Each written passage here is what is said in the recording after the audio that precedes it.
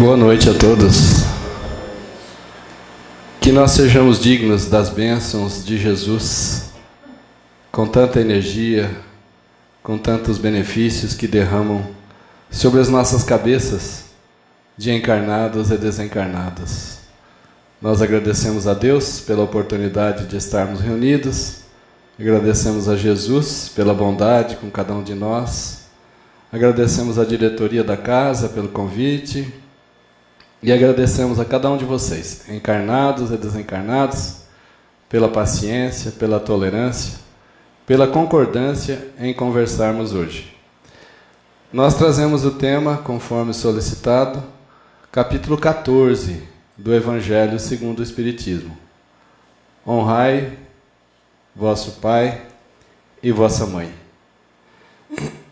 Esse assunto pode ser encontrado aqui na Bíblia. A Bíblia se divide em duas partes.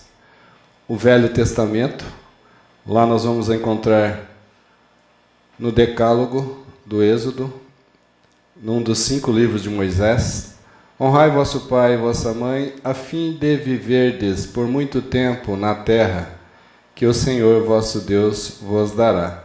Decálogo é lá dos livros de Moisés. Êxodo capítulo 20, versículo 12. Também esse assunto, honrar pai e mãe, veja que a coisa é antiga, hein? Moisés é há 3.500 anos atrás.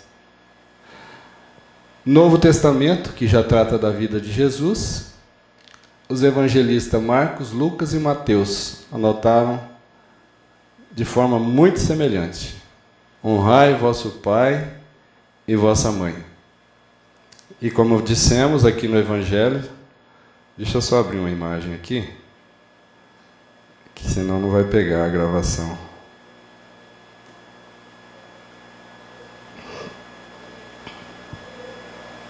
Já ficou errado aqui.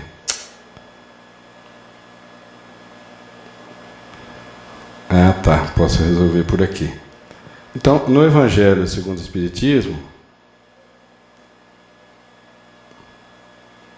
aqui no capítulo 14, agora eu vou mexer na imagem aqui, para ela caber na gravação.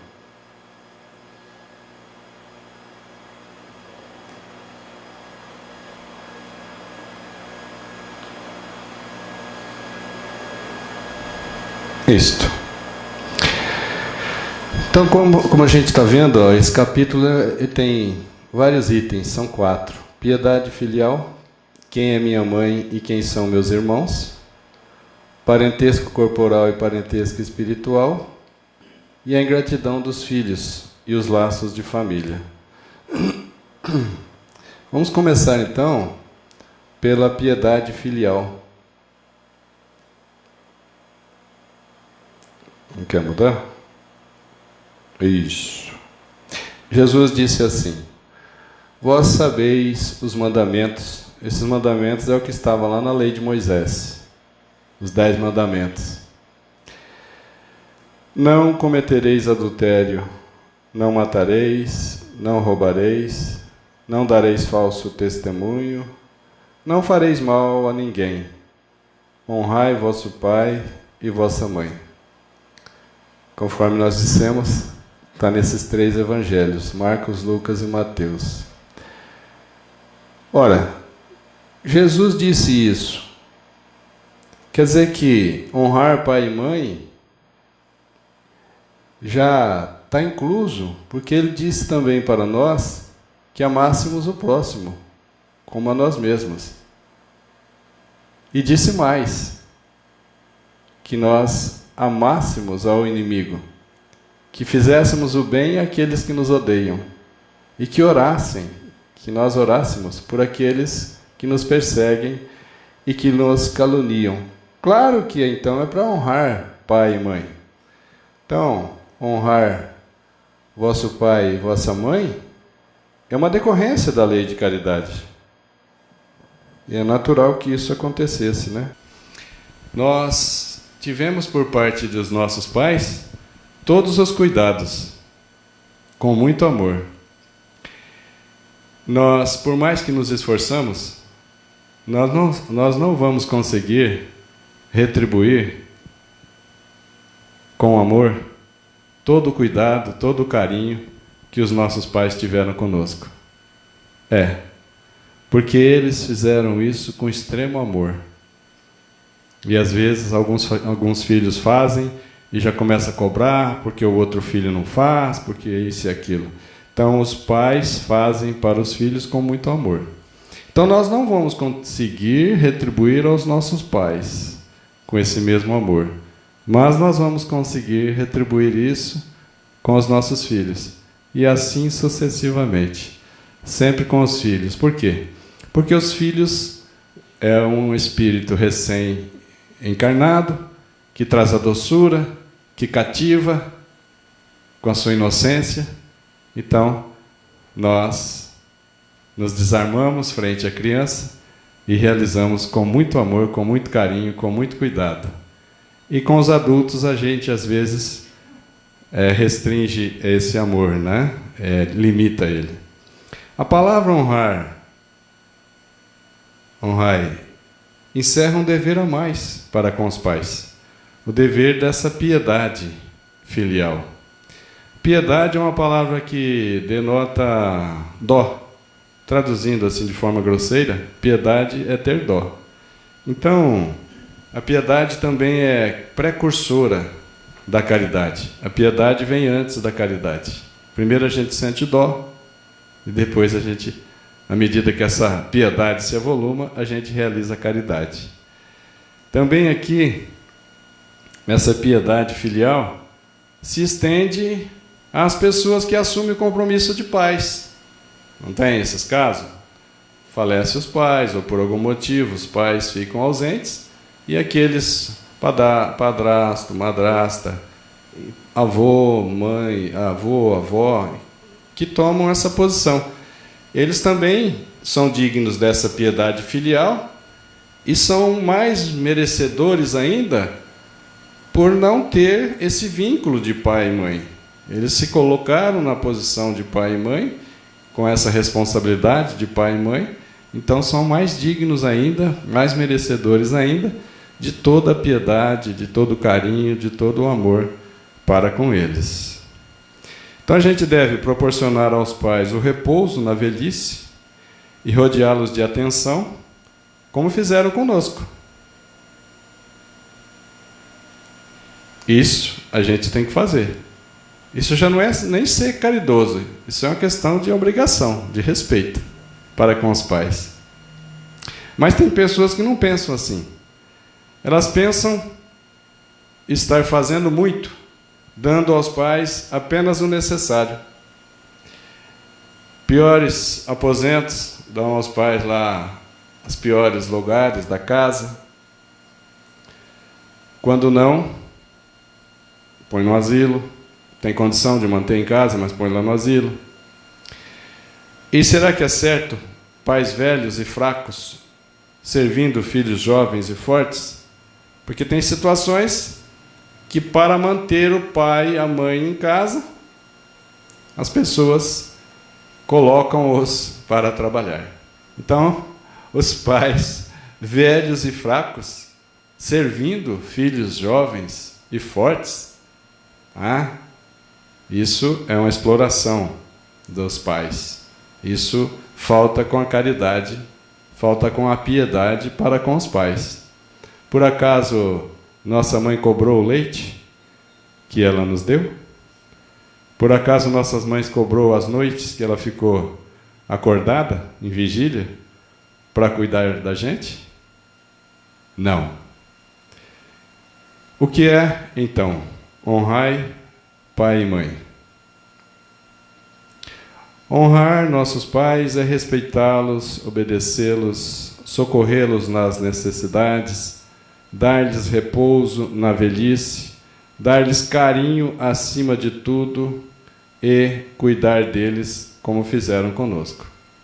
Mas alguém poderia falar assim: mas tem pais que faltam com os deveres, descuidaram dos seus deveres. Existe isso. Mas não cabe aos filhos julgar. Não cabem aos filhos condenar, fazer justiça. Não, não cabe. Quem poderia fazer justiça é Deus, não é? Porque tem filhos que merecem um exercício de pais descuidados, pais como que ausentes. Então, esse filho não tem o direito de julgar, de condenar ou querer fazer justiça. Quem faz justiça é Deus, somente. Então, essa parte de piedade filial vai depender de cada um de nós, desse cuidado, desse carinho, dessa atenção de devolver, pelo menos em parte, aquilo que os nossos pais fizeram para nós com muito amor. E o próximo item: quem é minha mãe e quem são meus irmãos? Essa situação é que, quando Jesus começa a pregar, a multidão começa a seguir Jesus. Jesus, dos 30 anos até os 33, ele pregou. Então, nesse pregar, as pessoas se sentiam consoladas. Jesus é o consolador, né? Consolador desde o início. E hoje ele consola através do Espiritismo. Então, as pessoas que estavam necessitadas, doloridas, sofridas, angustiadas, pessoas que tinham doenças, pessoas que tinham depressões e etc., buscavam Jesus. É normal que isso aconteça. Então, eles tinham essa busca constante, aglomeravam muita gente em volta de Jesus. E numa dessas ocasiões, Jesus entra numa casa para tomar a refeição, mas a quantidade de gente que chega é tão grande que eles não conseguem completar a refeição. E os irmãos de Jesus, por parte de José, né? Irmãos por parte de pai, eles tinham já uma certa arrogância contra Jesus. Porque Jesus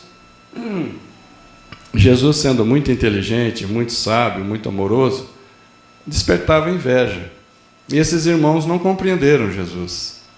Os irmãos de sangue, né, os irmãos de Jesus por parte de pai, eles não compreenderam Jesus. Não compreenderam. Tanto é que nenhum deles se tornou apóstolo, o discípulo de Jesus. Muito pelo contrário. Eles tinham até uma precaução, um cuidado, como se fosse um inimigo com Jesus.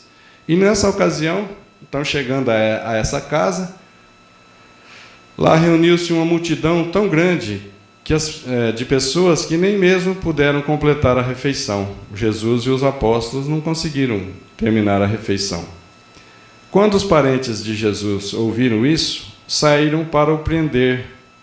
Os irmãos de Jesus queriam prender Jesus, porque eles diziam que Jesus tinha perdido o juízo. Naquele tempo se escrevia espírito, como se Jesus estivesse sem juízo, imagina. O governador espiritual do planeta Terra, sem juízo. Sem juízo estava o povo, né? Entretanto, sua mãe, a mãe de Jesus, e seus irmãos chegaram, ficando do lado de fora, e o mandaram chamar. Sabe aquela situação? Fica lá fora, a mãe e os irmãos de Jesus, e mandam chamar Jesus. O povo estava sentado ao redor de Jesus e disseram-lhe: vossa mãe e vossos irmãos que estão lá fora vos chamam. Os irmãos de Jesus buscavam prender Jesus, porque o movimento que Jesus estava fazendo, consolando as pessoas, estava incomodando até os irmãos de Jesus. E a mãe de Jesus foi junto, naturalmente, com os filhos. Mas Jesus lhes responde. Quando eles vão lá buscar Jesus, eles queriam chamar Jesus lá fora para prendê-lo. Mas Jesus responde para as pessoas que disseram: sua mãe e seus irmãos estão aí fora, estão te chamando. Jesus responde assim: quem é minha mãe e quem são meus irmãos? E olhando para aqueles que estavam ao seu redor, disse: eis aqui minha mãe e meus irmãos. Pois quem quer que faça a vontade de meu Pai, de Deus, é meu irmão. Quem faz a vontade de Deus é minha irmã e minha mãe. Está lá em Marcos, Lucas, Mateus. Marcos e Mateus, né? Essa parte. Então veja. Será que nesse instante Jesus despreza os irmãos de sangue? Não. Jesus, veja, será que seriam palavras que ele não disse? Será que foi mal entendido? Será que ele foi mal registrado, essas palavras? Não. Veja bem. E Jesus sempre aproveitou todas as oportunidades para ensinar. Ele passou essa vida dele ensinando. Então estava aí uma grande oportunidade para Jesus diferenciar parentes por laços de sangue e parentes por laços espirituais. Então os irmãos de Jesus não tinham o mesmo ideal, não compreenderam a missão de Jesus. Eles eram só irmãos de sangue.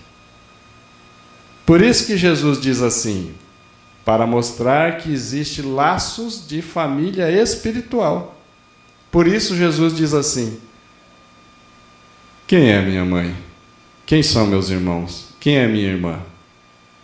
E aí ele responde, todos aqueles que fazem a vontade de Deus é minha mãe, é meu irmão, é minha irmã. Então, isso é aqueles que têm afinidades, que buscam os mesmos objetivos. Como nós, por exemplo, nesse instante. Nós buscamos os objetivos espirituais. Então, nós temos afinidades espirituais. Nós somos família espiritual. Nós somos irmãos em Cristo e filhos de Deus. Então, ele quis mostrar bem claro, aproveitando essa ocasião, deixando bem claro o que é parentesco de sangue e o que é parentesco espiritual. Percebe? Não que Jesus desprezasse sua mãe. Não é isso. É para aproveitar o ensinamento. Os irmãos de Jesus não se tornaram discípulos. A mãe de Jesus não tinha noção da profundeza da missão de Jesus até a sua crucificação. Até aquele momento ela não tinha noção da grandeza da missão de Jesus. Daí para frente, sim, a mãe de Jesus funda a Casa do Caminho, junto com os apóstolos, principalmente Pedro, João Evangelista, e nessa casa atende doentes, leprosos, famintos e etc. Daí para frente, sim, ela dá testemunho de ter compreendido a missão de Jesus. Mas antes ela não tinha compreendido. Então, parece contraditório essas palavras atribuídas a Jesus? Não. Seriam mal reproduzidas, mal compreendidas, ou não são suas? Não. São deles. É que essas palavras atestam a profunda sabedoria de Jesus, para deixar claro que nós estamos, por exemplo, encarnados, temos irmãos de sangue, mas temos uma família espiritual muito maior, no plano espiritual, aguardando a nossa volta, aguardando, torcendo para que a gente tenha êxito, para que a gente compreenda a lei de amor aqui na Terra. Esses irmãos, essa família espiritual nossa é muito, muito, muito maior do que a família de sangue. E eles nos intuem, nos inspiram, para que a gente faça o quê? Reconheça que temos erros e corrija esses erros. Eles nos ajudam para que a gente perceba que temos defeitos, admitir que temos defeitos e corrigir esses defeitos. Esse é o objetivo da reencarnação. Admitir que temos vícios e abandonar os vícios. Ou seja, buscar as virtudes, desenvolver os talentos, não é isso? Então, ainda, alegando que Jesus teria perdido o juízo, seus irmãos buscavam prendê-lo.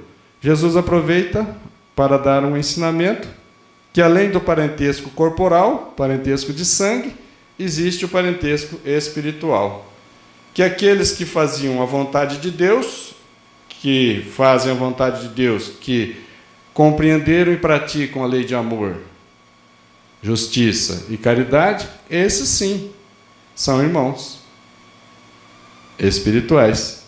Eram irmãos, irmãs e mãe de Jesus. Então, para deixar bem claro, quem é minha mãe e quem são meus irmãos? Para deixar bem claro, um resuminho. Jesus veio ensinar a lei de justiça, de amor e caridade. É uma lei só. Parece três, né? É uma lei só. A lei de justiça, amor e caridade. Ele veio ensinar essa lei. Claro que essa lei se subdivide na humildade, no perdão, na misericórdia, na fé, né? Mas isso é o que Jesus veio fazer. Ou seja, Jesus veio restabelecer o reino de Deus na terra. Não poderia contradizer-se. Jesus nunca se contradisse. Imagina, uma sabedoria como a dele, um espírito que há 4,5 bilhões de anos acompanha o planeta Terra para conduzir a cada um de nós. Ainda quando a Terra estava no início da formação, 4,5 bilhões de anos atrás, ele já era Jesus. Imagina a grandeza dele.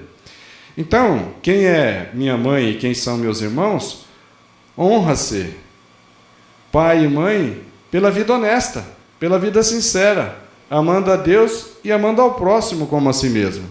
Inclusive, quando a gente respeita o pai e mãe, a gente honra o nome deles. A gente não aporcalha, nós não sujamos os nomes dos nossos pais. A gente tem o maior cuidado, por exemplo, para não comprar fiado e deixar de pagar, porque nossos pais são bons pagadores. Não é isso? Então, é isso que quer dizer quem é minha mãe e quem são meus irmãos. Honra-se pai e mãe sendo uma versão moralmente melhorada dos pais. Ou seja, se os nossos pais foram bons, caridosos, para honrá-los nós temos que ser mais caridosos e melhores, se possível. É isso.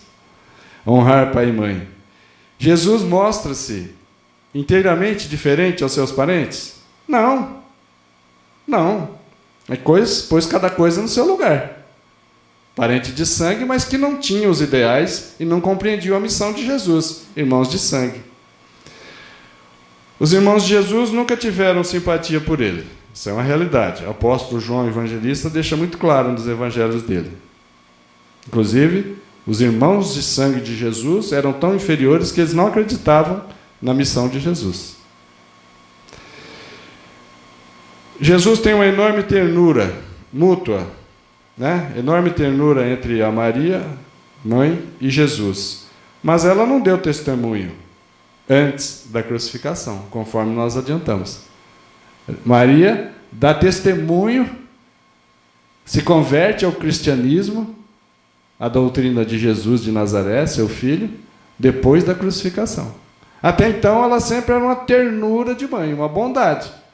Mas não era aquela de divulgar a lei de Deus, como Jesus fez. Então, Jesus diferencia, coloca a diferença que existe entre parentesco corporal ou de sangue com o parentesco espiritual. Ficou claro isso? Ótimo. Parentesco espiritual e parentesco corporal, por exemplo, esse senhor está aqui na cama, próximo a desencarnar. Aqui do lado esquerdo está o médico e parte de sua família de sangue, mas do lado direito já está seus familiares do plano espiritual. A família por parte espiritual, laços espirituais. Inclusive, o corpo está aqui, o corpo físico, mas o perispírito já está se desligando, está no colo, possivelmente, da mãezinha, ou de uma avó. Percebe? Então, parentes por parte de laços corporais, laços de sangue, e parentes pelo laço espiritual, que é o que vem nos acudir, que nos intui, que nos orientam, que nos aconselham, que nos inspiram. Esses aqui. E eles sempre torcem para a gente ir no centro, para a gente tomar passe, para a gente estudar o Evangelho, para a gente corrigir os erros e os defeitos, abandonar os vícios, buscar virtudes. É isso que eles fazem, esses aqui. Tentam lembrar a cada um de nós os compromissos que nós assumimos antes de reencarnar. Né? Bom, o corpo gera o corpo. O pai e a mãe oferecem material genético para o filho, o reencarnante, formar o corpo. Porém, o espírito não é gerado pelo espírito dos pais. Não. O espírito vem de Deus. Deus emanou de si, tirou parte de si para formar cada um de nós. Ou criar, se vocês quiserem a palavra mais simples. Aqui, olha, uma célula feminina, um óvulo, e aqui, esses aqui, é tudo animação, tá? A célula masculina, espermatozoide, que vai fecundar o óvulo. Quando uma dessas células masculinas perfura o óvulo, nenhuma outra célula penetra mais, só aquela. Ó, parte dela, a parte do núcleo da célula masculina, vem e se encontra com o núcleo da célula feminina. Nesse instante, inicia-se a bipartição, a reprodução celular. Nessa ocasião, o espírito que vai reencarnar vem para moldar o seu corpo, vem para construir seu corpo físico, como a cada um de nós aqui encarnados fizemos. Plasmamos, moldamos o nosso corpo físico. Percebe? Assim, dois seres nascidos de pais diferentes podem ser mais irmãos pelo espírito. Não tem isso aí fora? Tem. Enquanto dois irmãos de sangue podem repelir-se, como aliás se vê frequentemente. Fica clara a diferença aí entre parentesco corporal e parentesco espiritual? Então, existem famílias pelos laços corporais e famílias pelos laços espirituais. Laços de sangue aqui no corporal, né? Possibilidades que seriam espíritos estranhos, pode até acontecer, né? De ter um espírito estranho na família. Vamos supor, toda a família é bagunçada, desorganizada. E aquele, ele é organizado, ele é bondoso. Costuma-se dizer que ele não é da família, né? Isso. E é uma expressão de uma realidade profunda. Ele ainda não era dessa família espiritual. Ele veio àquela família, muitas vezes, para ajudá-los, para que eles se alinhassem com a lei de Deus. Então, ele é diferente de todos. Quando se fala, ele é estranho, parece que ele não é da família. É uma realidade. Ele está se formando uma família espiritual para acudir aqueles encarnados ali. Simpatias anteriores também pode ser, as possibilidades, né? Porque já tinham reencarnações anteriores, é uma possibilidade.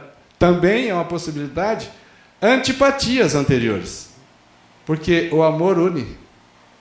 Se alguém está, por exemplo, em Castilho e ama outra pessoa pode estar em qualquer parte do mundo.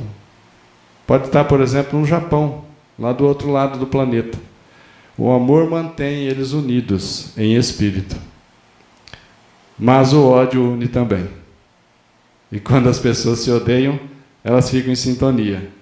Uma interferindo sobre a vida da outra e a outra interferindo sobre a vida da uma. Então, evitemos o ódio. Quando o ódio é extremo, essas pessoas se ligam tão fortemente que reencarnam dois espíritos num corpo só, também chamado de irmãos siameses ou chipófagos. Já viram falar, né? A duração aqui, às vezes extingue durante a reencarnação. São laços de sangue, mas brigam por causa de inventário, por exemplo. Se extinguiu. à família, mesmo durante essa reencarnação. Então a família, por parte de sangue, a família corporal, ela é frágil. Ela se rompe às vezes, deixa-se de se procurar mesmo durante essa reencarnação. Não é o caso com a família de laços espirituais. Esses laços são fortes, duradouros.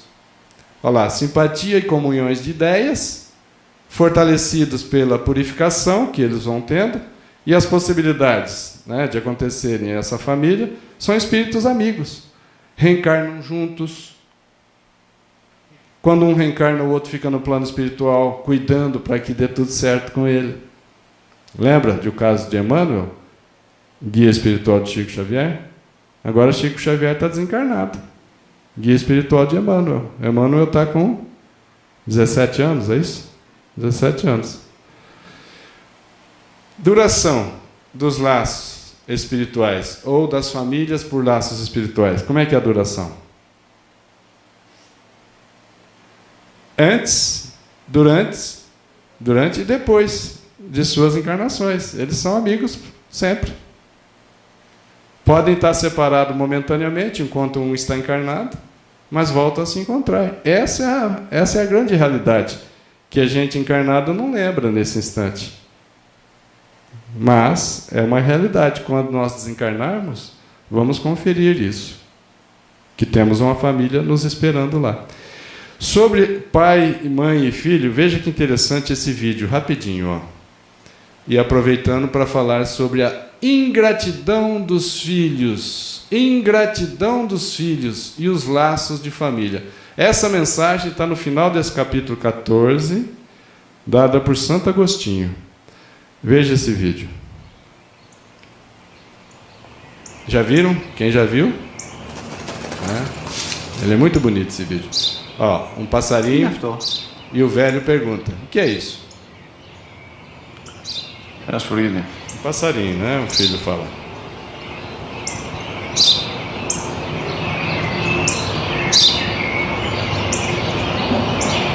Τι είναι αυτό?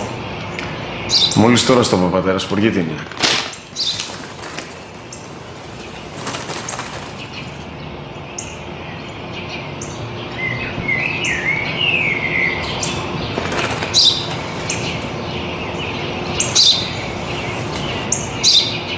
Parece um pardal, né?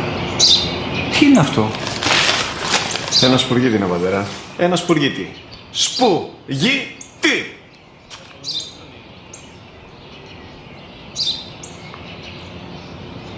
Τι είναι αυτό? Γιατί το κάνεις αυτό το πράγμα, μπορείς να μου πεις? Τόσες φορές σου είπα, είναι ένα σπουργίτι. Δεν το καταλαβαίνεις. Olha a paciência. Πού πας? Onde vais? Olha a paciência do filho para com o pai velho.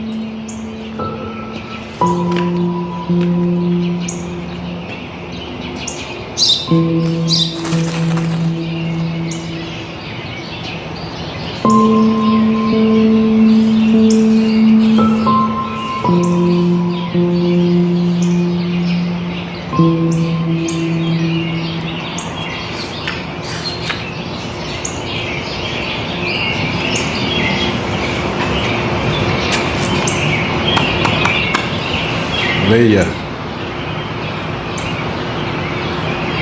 Δυνατά. Em voz alta. Σήμερα ο μικρός μου γιος που πριν λίγες μέρες έκλεισε τα 3 καθόταν μαζί μου έξω στο πάρκο όταν ένας σπουργίτη ήρθε και κάθισε απέναντί μας. Ο γιος μου με ρώτησε 21 φορές τι ήταν αυτό και του απάντησα και τις 21 φορές ότι ήταν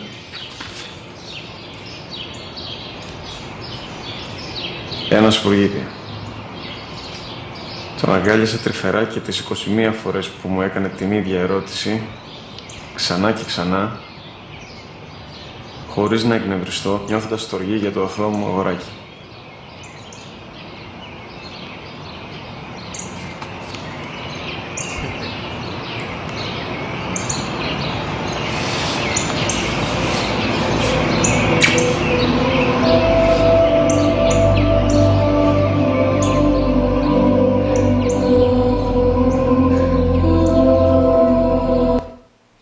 Ou seja, Quando esse filho era criança, ele perguntou 21 vezes ao pai o que era aquilo. E o pai respondia: é um passarinho, é um pássaro. E cada vez que o pai respondia, abraçava o filho. O filho fez a pergunta, o pai agora velho fez a pergunta o que era aquilo, e o filho já, na terceira ou quarta vez, já apelou. Não teve paciência com o pai. Muitas vezes os velhos fazem as mesmas perguntas para que a gente dê atenção a eles. Porque eles estão carentes de atenção, de carinho, de fraternidade. E a vida na correria faz com que a gente, muitas vezes, deixe de atender aos nossos velhos, né? Que com tanto carinho, com tanto amor, nos ajudaram. Então isso é ingratidão por parte dos filhos. Aqui também, ingratidão desse filho para com o pai. Será que o pai tem alguma culpa? Em alguns casos tem. Pai e mãe é para ajudar o recém-reencarnado com disciplina. Muitas vezes o espírito vai reencarnar em nosso lar, em nossas residências, e ele vem pedir: eu preciso reencarnar, posso reencarnar no seu lar? E a gente diz o quê? Olha, mas eu tenho disciplina, eu exijo. E o espírito fala: mas é isso que eu preciso, de disciplina, para me conduzir, para que eu me reencontre, para que eu me restabeleça, para que eu me oriente a Deus. Então reencarna. E aí ele reencarna em nossos lares e a gente esquece de dar rédeas, dar limites. Todos sabemos que tem que ter limites. Aqui nessa sala tem limites. Se eu quiser sair, eu tenho que sair por essa porta. Por mais que eu seja bruto, eu não vou sair por aqui. Isso é natural. Estabelecer limites, disciplina. E muitas vezes os pais, por estarem envolvidos com o dia a dia, por indiferença e por outros tantos motivos, deixam que as crianças sejam conduzidas pelas suas influências, pelas suas tendências de vida anterior. Ela já traz tendências ao erro. Isso é natural, cada um de nós. Traz tendências ao vício. E se não se fizer nada, ela vai caminhar para o vício. Então é responsabilidade dos pais, do reencarnante e dos que estiverem em redor. Todos aqueles que sejam familiares ou que sejam amigos estão ali para ajudá-lo, para que ele seja conduzido à felicidade, para que ele seja conduzido a Deus. Por isso é necessário, sim, disciplina. Sabe? Por quê? Se a gente acha que disciplina não é bom e deixa que ele se conduz como quer, ele sai na vida aí fora quebrando a cara. Porque aí fora as pessoas não têm paciência, não toleram falta de respeito, falta de educação, vão se machucar aí fora. Pior, às vezes levam a vida toda errada, quando desencarnam, estão piores espiritualmente, estão piores moralmente do que quando reencarnaram. E aí, castigo para os pais é ver esse filho que estava sob a sua responsabilidade, sobre a sua conduta, sobre a sua disciplina, perdido entre os viciados, drogados e etc. Então, realmente, é por aí que está o objetivo da reencarnação. Por isso, a nossa responsabilidade como pai e mãe de resolver isso, de ajudar eles. Quando o pai e mãe faz de tudo, tem isso também, né? Pai e mãe faz de tudo para aquele filho, para que aquele espírito reencarnante pegue o caminho da caridade, do amor ao próximo, da responsabilidade, da sinceridade, né? Da honestidade.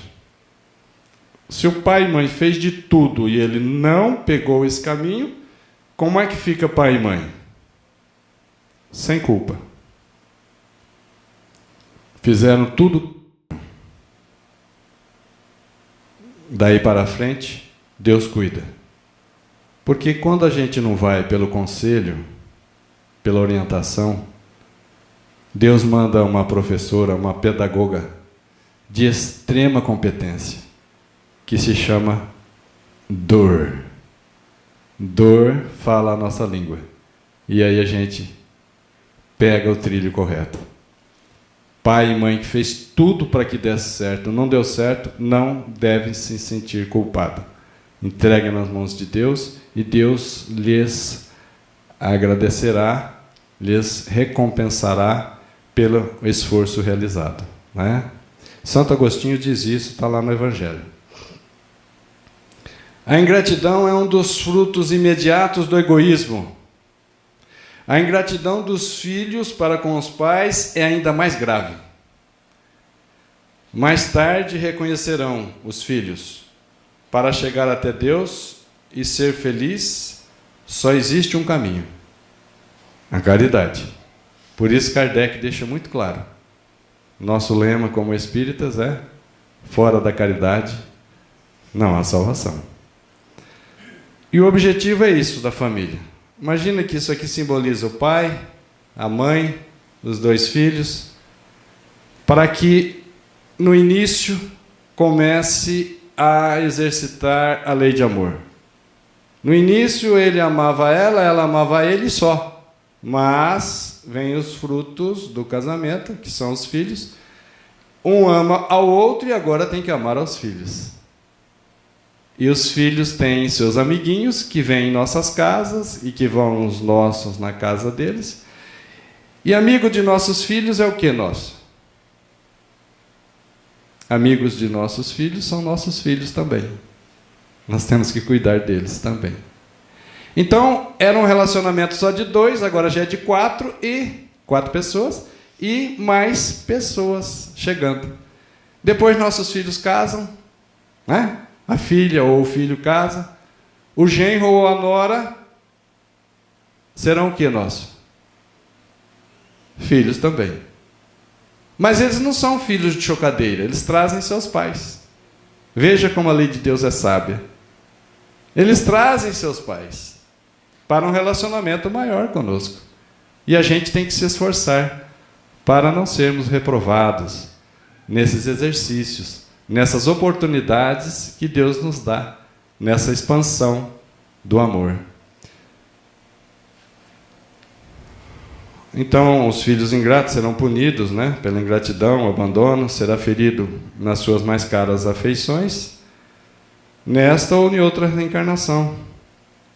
Para bons filhos, recompensa será na pátria espiritual, né? Muitas vezes, quando os pais não fazem o que precisa, Deus pode perguntar: que fizeste do filho confiado à vossa guarda? Ensine a vossos filhos que eles estão na terra para se aperfeiçoar e aprender a lei de amor.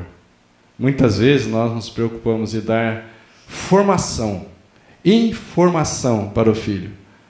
Põe lá no curso de inglês, de francês, de espanhol, de matemática, de judô, de não sei o quê, de natação, mas não conduzimos eles para serem felizes. Felizes. Só tem um caminho para ser feliz. O caminho do amor. Então, desde o berço, a criança manifesta os instintos bons e maus. Se deixardes desenvolver nela o egoísmo e o orgulho, não vos espanteis de serdes mais tarde pagos com a ingratidão. Santo Agostinho está dizendo isso, não sou eu não, tá? Fica bravo comigo não. Os pais que fizeram tudo que deviam para o adiantamento moral dos filhos e, apesar de tudo, não alcançaram êxito, são culpados? É o que eu falei agora mesmo, né? Eu gosto de falar, depois mostrar, para ver se grava nas nossas cabecinhas. Os pais que fizeram tudo para que os filhos caminhassem uma vida digna, sincera, honesta para Deus. Se não conseguiu, esses pais são culpados? Não. Lembra que nós comentamos? Pois fizeram tudo o que deviam. Fizeram tudo o que deviam. Podem ficar de consciência tranquila. Aqui eu vou mudar esse slide em função do tempo. Deixa eu passar mais para frente aqui. Tá. Mas já está tão perto aqui, está fácil. E as nossas famílias deveriam acontecer isso aqui, ó. Qual o objetivo dos laços de família? O objetivo é reunir as almas pelos laços duráveis do Espírito. Se nas suas diferentes reencarnações ficarem temporariamente separados, mais tarde eles se reencontrarão, felizes, com o progresso realizado. E aqui simbolizando a nossa família, que deve se relacionar com todas as famílias, para que no objetivo máximo nós sejamos uma única família. Todos filhos de Deus, todos irmãos de Jesus. Se vocês têm perguntas, se não, eu agradeço pelo carinho, pela atenção, pela tolerância, pela paciência que tiveram comigo, pela concordância em conversarmos hoje. Muito obrigado, muita paz.